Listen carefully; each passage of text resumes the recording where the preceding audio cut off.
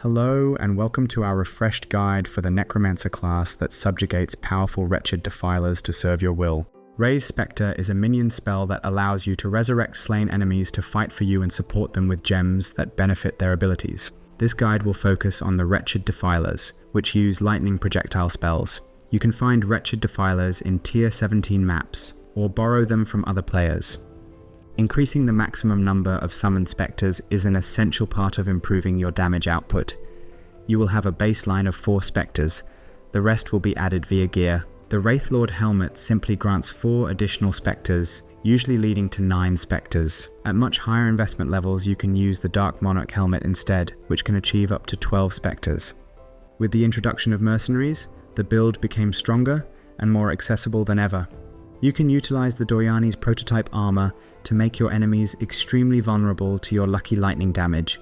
The Fallen Reverend Mercenary will also provide 2 auras, Wrath and Zealotry. Your recovery comes from your minion's leech, which is possible only for the Necromancer Ascendancy, but you will need to pick the Ghost Reaver Keystone first to convert Life Leech into Energy Shield Leech. You can also get the Leech Mastery that grants a small portion of it instantly. This setup is completely automated. You only need to use movement skills to move around faster and convoke your minions if they are stuck behind a wall. To increase your maximum Spectre limit, you will need to upgrade your gem to level 25, which also provides them with more base life and damage. For defense, you will rely on high energy shield, block, and evasion. Thanks to the big army of minions, you will rarely be targeted by enemies. The ground damage over time effects are usually the most dangerous to you, as they are hard to notice. The clear speed is great. Your minions will often kill enemies even before you can see them on your screen. The damage potential of spectres is very high, but it starts low if you don't have proper items or if your minions can't survive long enough. The comfort has a price. Permanent minions are more expensive to get going compared to active temporary minions. We recommend getting at least 30 Divine Orbs for the basic setup, and the future upgrades are endless.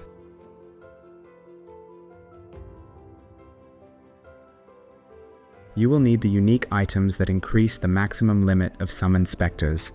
Remaining uniques are very typical for a minion build and are not required for functionality.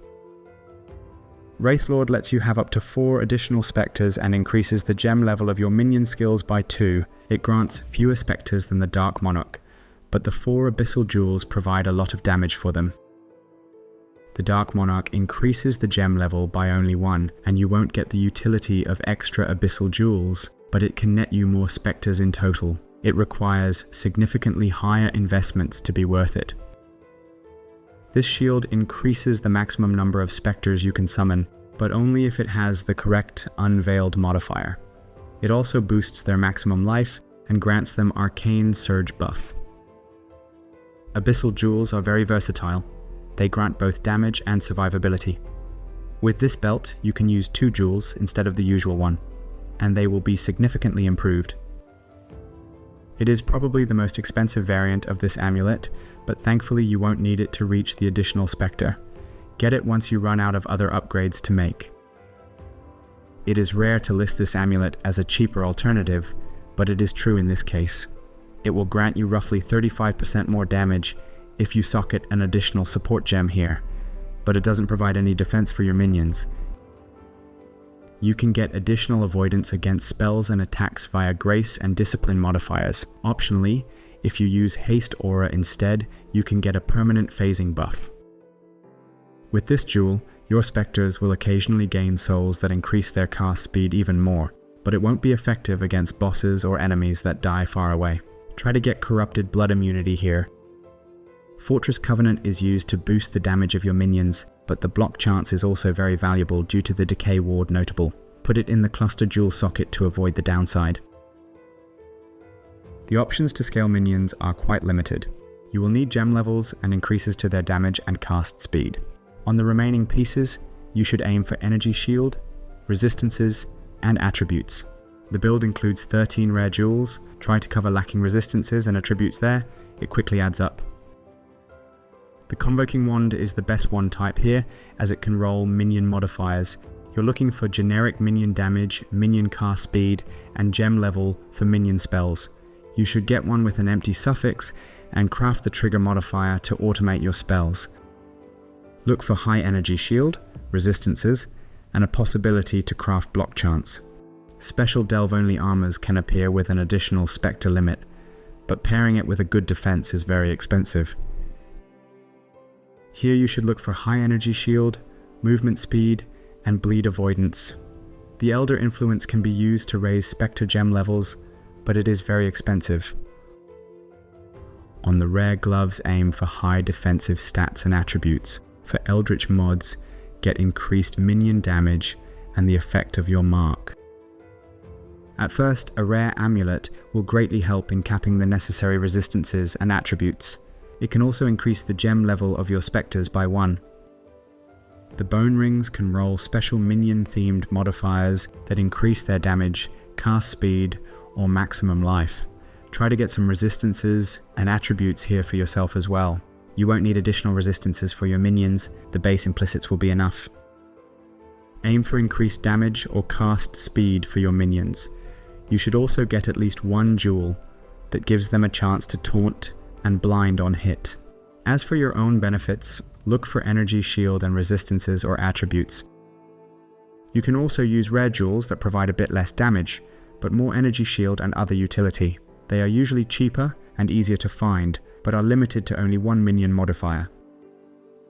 Use 2 of these with 12 passives, each with an increased passive effect. The small nodes shall increase your minion's attack and cast speed, and grant you energy shield, attributes, or elemental resistances. Avoid big notables. Most of them are bad or not worth the passive points. It might be worthwhile to use a defensive-oriented medium cluster jewel with 2 specific notables. The Dread March is a rare source of physical damage reduction and chaos resistance for your minions. The renewal grants them constant regeneration and a solid boost to damage. Rumi's Concoction is a great utility flask which increases your chance to block and provides some base armor rating. For your remaining flasks, you will want a defensive setup that also boosts your movement speed. The Quartz Flask is very important for unrestricted mobility. Keep in mind that without the Life Flask, you will be more susceptible to bleeding effects. The Fallen Reverend Mercenary greatly improves this setup and makes it considerably cheaper to achieve comfortable levels. It offers 2 offensive auras, Wrath and Zealotry, and can wear unique items that make the lightning damage of your spectres much stronger. The Doriani's prototype sets the enemy lightning resistance to the same level as the wearer, which can be easily brought down to negative 100%.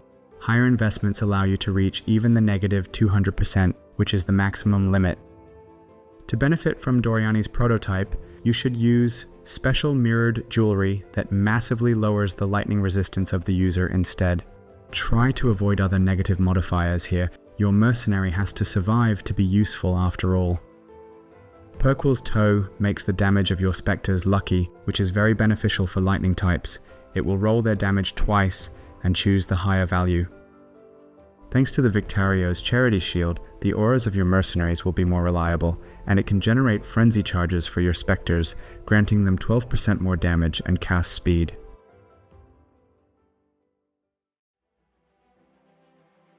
This build is centered around the Wretched Defilers, although it is very easy to adjust for any other monster type of your preference. The returning projectiles improve your damage and clear speed, but also make it even harder to see any dangerous effects. You can use Elemental Focus support instead, since the shock inflicted by spectres is not very effective anyway. Bone Offering grants a massive amount of block chance for your minions. It will also apply to you at 50% effectiveness. The Desecrate creates corpses necessary to consume with Flesh Offering. Sniper's Mark increases the damage caused by your minions' projectiles. All those spells should be socketed in your wand with the automatic trigger modifier. If you don't have it, you should use the Arcanist brand support instead. Grace is a defensive aura that improves your evasion rating. It can also be replaced by Haste. Discipline is yet another defensive aura. It improves your energy shield. Keep in mind you won't have any energy shield recharge due to the Ghost Reaver Keystone. Tempest Shield grants you spell block chance and makes you immune to shock.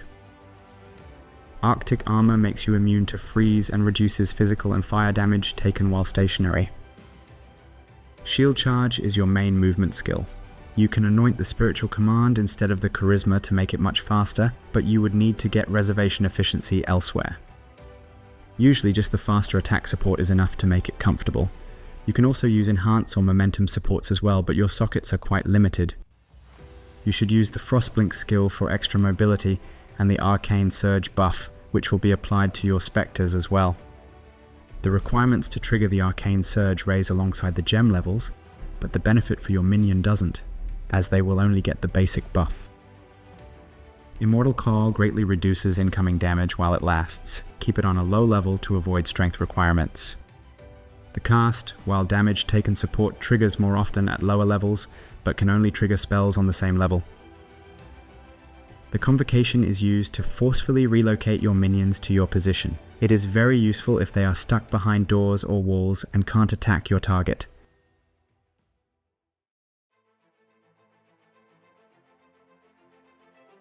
Killing all bandits for one additional passive point is the best option.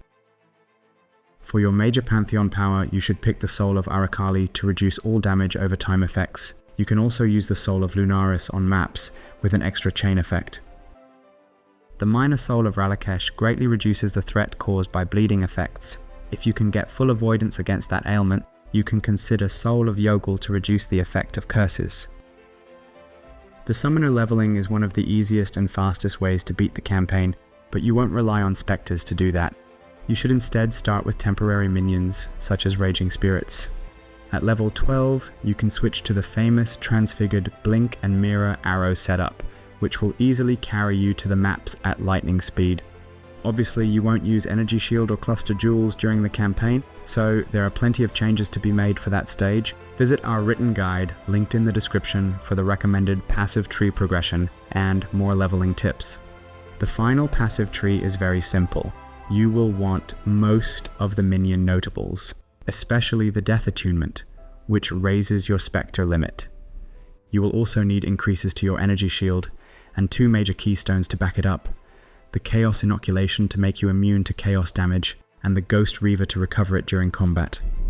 The Aura Notables and the Charisma Anointment are necessary to use all your auras without the Enlighten support. You also need enough unreserved mana to trigger your utility spells with significantly increased cost. The Pure Spectre Summoner is a desired playstyle of many minion players, but it is rarely as easy to get into as in this league. Thank you for watching, and we hope to see you again in the next video.